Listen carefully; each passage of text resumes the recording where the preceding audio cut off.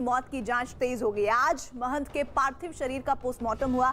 इस मामले में आनंद गिरी से करीब 12 घंटे तक पूछताछ हुई। 12 पन्नों का एक कथित सुसाइड नोट, 3 आरोपियों पर पुलिस का शिकंजा और किसी नतीजे पर पहुंचने के लिए पोस्टमार्टम।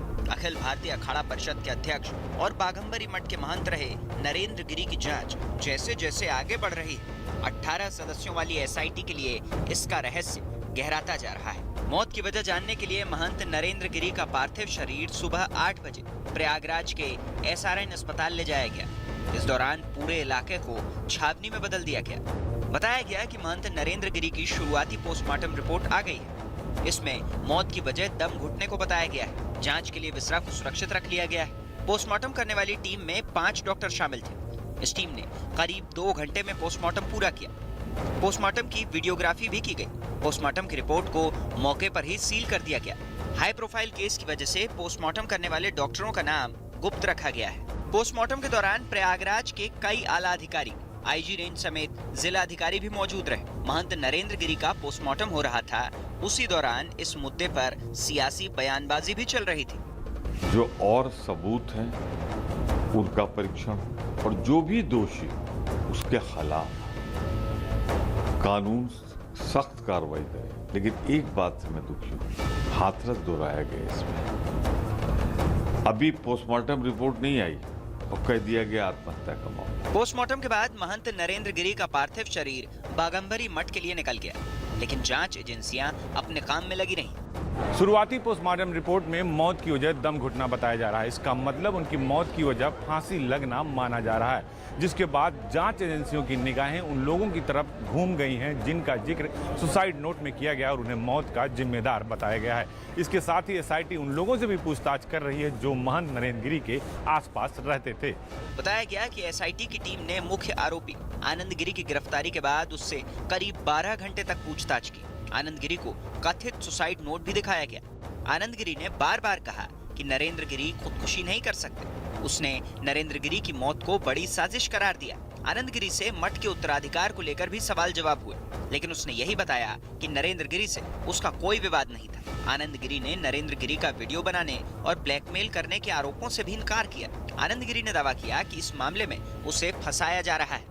इस बीच यूपी पुलिस ने हरिद्वार आश्रम से आनंद गिरी के लैपटॉप, फोन और अन्य इलेक्ट्रॉनिक गैजेट्स को भी कब्जे में लेकर फॉरेंसिक जांच के लिए भेज दिया है। आनंद गिरी के अलावा इस मामले में पुलिस ने हनुमान मंदिर के पुजारी आद्या तिवारी और उनके बेटे संदीप तिवारी से भी घंटों पूछताछ की।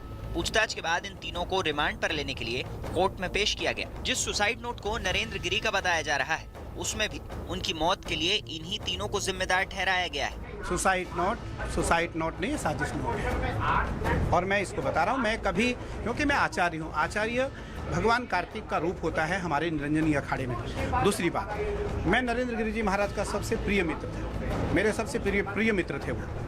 और मेरा संबंध 2003 से 2021 तक उनसे ऐसा था कि हम दोनों का शरीर अलग था, दोनों की आत्मा एक थी। पूछताछ में आनंद गिरी ने सुसाइड नोट में महंत नरेंद्र गिरी के हैंडराइटिंग पर सवाल उठाए।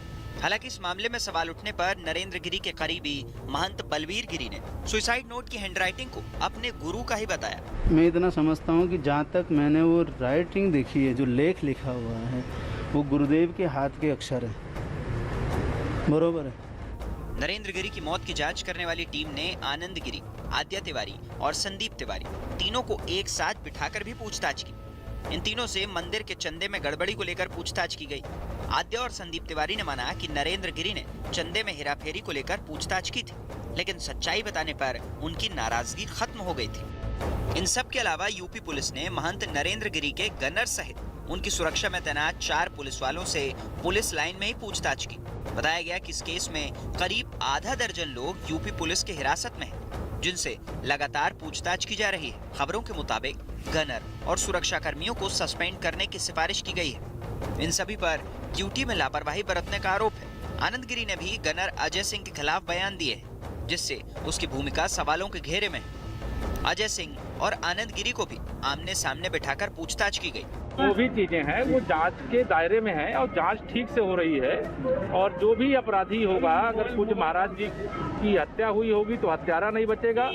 हत्या करने के लिए किसी ने बाधित किया है, उनको मजबूर किया है, तो वह भी नहीं बचेगा। पुलिस सही तरीके से जांच कर रही है। महंत नरेंद्र गिरी की मौत के मामले की जांच ने पूरी रफ्तार पकड़ ली है। नरेंद्र गिरी के कथित सुसाइड नोट में जिन 3 लोगों के नाम हैं, उनकी गिरफ्तारी हो चुकी है और अब शक के दायरे में आए सभी लोगों से पूछताछ चल रही है। महंत नरेंद्र गिरी की मौत का रहस्य जांच खत्म होने के बाद ही सामने आएगा। क्योंकि मामला बेहद संवेदनशील है, इसलिए सरकार और जांच एजेंसियां इस मामले को जल्द से जल्द अंजाम तक पहुंचाना चाहती हैं। इस बीच ये भी पता चला है कि नरेंद्र गिरी का शव जिस कमरे में मिला था, उसका एक दरवाजा बाथरूम से होकर बाहर की तरफ खुलता था। इसलिए एक बार फिर महंत नरेंद्र गिरी की मौत की गुत्थी उलझती